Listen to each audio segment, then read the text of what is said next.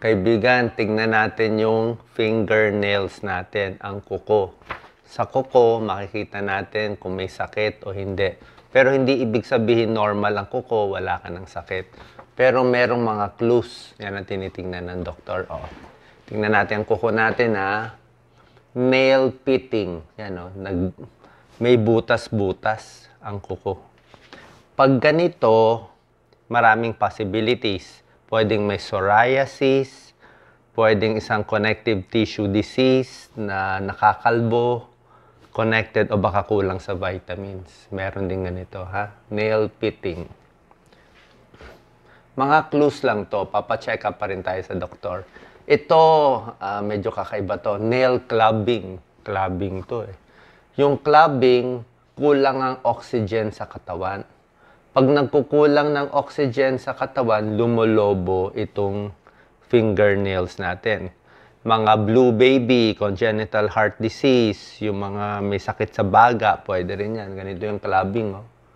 Oo. So, nakita nyo sa clubbing, lalo na sa mga blue baby, ito ang normal.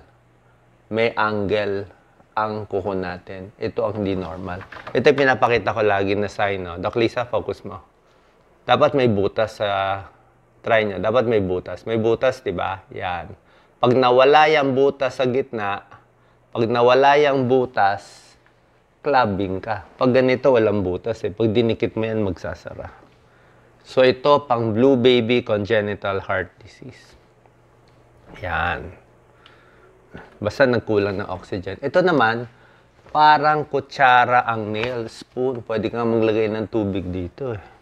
Diba? Spoon nails. Anemic. Yung sobrang anemic. Pwedeng ganito. Pwede ring may sakit sa puso. Pwede ring hypothyroid. Ano, kulang sa red blood cells. Anemic siya. Ito, tingnan nyo kala nyo normal siya. Pero, teres nails, maputi. 3/4 ng kuko, maputi. Yung dulo lang ang pink. Pero ang kuko natin, dapat lahat pink, di ba? Lahat pink eh. So, bakit namumuti ito? Teres nails yan. Pwede to sa may edad. Pag matanda na.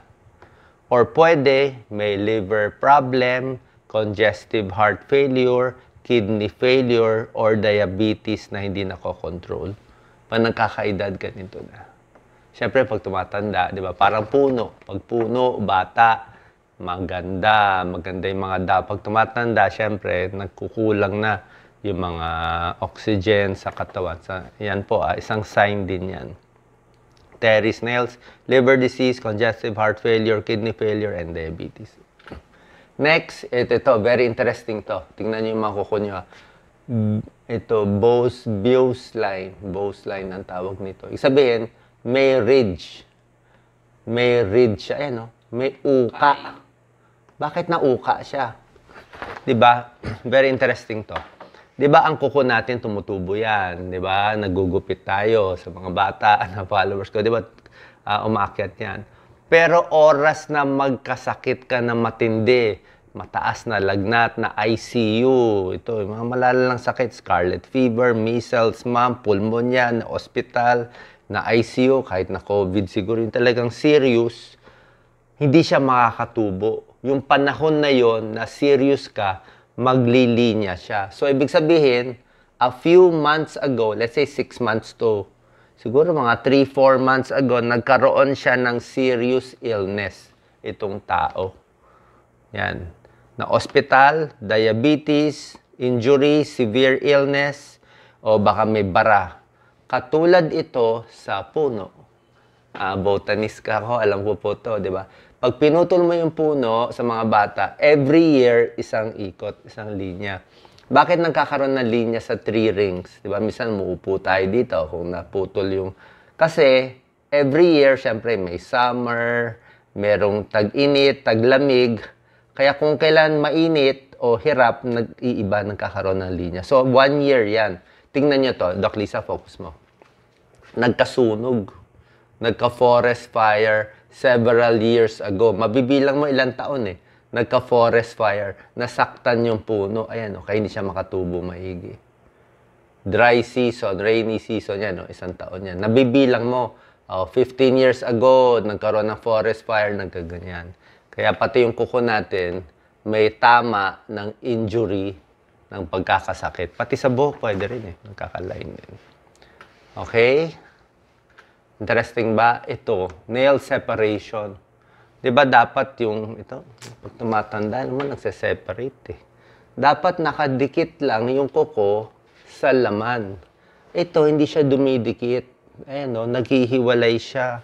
So, ba't siya nagse-separate? Tawag onycholysis. Onycho is nail, lysis, nasisira. Naglulusen. Nasugat, na-infection, o nasobrahan ng mga yung mga pinapahid nyo, mga nail polish, baka kung anong pandikit na ilagay nyo.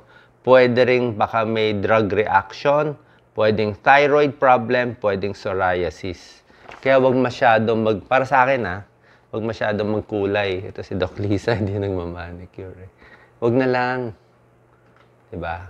Hindi naman lahat magkakaganito, pero mas maganda yan na mas natural siya, diba? Yellow nails. Ano ang yellow nail? Yellow nails, ibig sabihin nito, ang tigas ibig sabihin, hindi siya gano'n tumutubo. Mabagal ang tubo ng kuko, kaya sa kabagalan niya, tumitigas na siya, parang nag-iipon, tumitigas, naninilaw.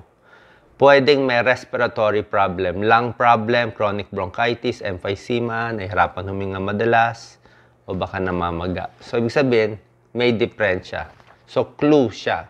Ito medyo summary, pakita natin Ito naman, Doc Lisa, brittle nails, mabilis di ba may tao, mapingot, di ba?